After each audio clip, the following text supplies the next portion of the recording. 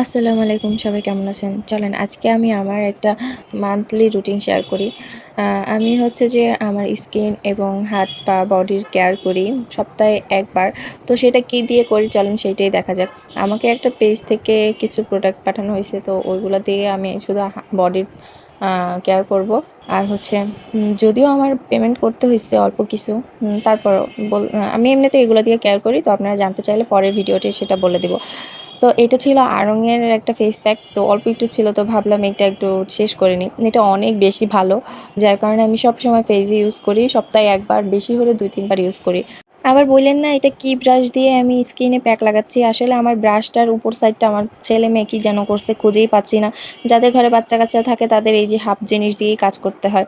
তো কি আর বলবো। আর এই প্যাকটা আপনারা চাইলে কাঁচা দুধ বা টক দই বা মধু দিয়ে বা অ্যালোভেরা দিয়ে ইউজ করতে পারেন। আমি শুধু ওই দিন পানি আর মধু দিয়ে ইউজ করছি, অন্য জিনিসগুলো আমার ছিল না। আর যদি আপনারা সব জিনিস একসাথে ইউজ করতে পারেন তাহলে অনেক ভালো একটা রেজাল্ট পাবেন।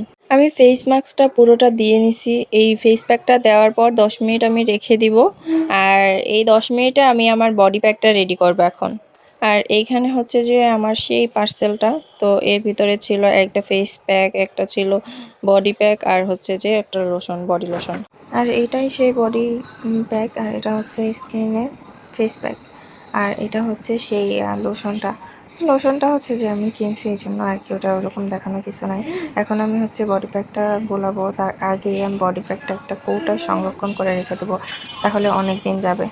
নয়তো বাতাস লেগে সব জিনিসেরই একটা ডেট ওভারের বিষয় থাকে, তো ওইটা বাতাস লাগলে নষ্ট হয়ে যাবে। আর এখানে যে চিরকুটটা ছিল, সেই চিরকুটে যেটা লেখা ছিল আমি সেইটাই পড়ে শোনাচ্ছিলাম আপনাদেরকে, শুনুন।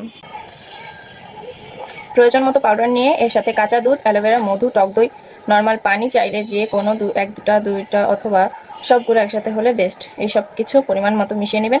কম বেশি হলে সমস্যা নেই, বডিতে অ্যাপ্লাই করে শুকানোর আগে অবধি রেখে দিতে হবে। শুকিয়ে গেলে ভালোভাবে ধুয়ে নেবেন। চাইলে কৌটা সংরক্ষণ করতে পারেন, বাতাস না ঢুকলে অনেক দিন ভালো যাবে। তো চিরকুটে এতটুকুই লেখা ছিল। আসলে প্যাকগুলো কিভাবে ব্যবহার বিধি থাকে ওইগুলো নিয়মকানুন বলে দেওয়া হচ্ছিল। আসলে এটাই উচিত, সব কিছু ব্যবহারের নিয়মকানুন বলে দেওয়া। তো ওরা ছোট্ট একটা কাগজের মাধ্যমে সেটা আমাদেরকে জানিয়ে দিল। আর এখানে আমি একটু মধু খেয়ে নিচ্ছিলাম, কারণ অনেক দিন সেরকম মধু খাওয়া হয় না, টেস্ট মনে হচ্ছিলো, ভুলে গেছি। যাই হোক, আমার কাছে যেহেতু অ্যালোভেরা জেল ছিল না, আমি সুতিং জেল অ্যাপ্লাই করছিলাম এর সাথে মিক্স করে। আর হচ্ছে যেহেতু কুসুম গরম দুধ নিছি আমি, কাঁচা দুধটা আমার কাছে ছিল না, তাই জাল দেওয়া কুসুম গরম দুধটাই নিছি।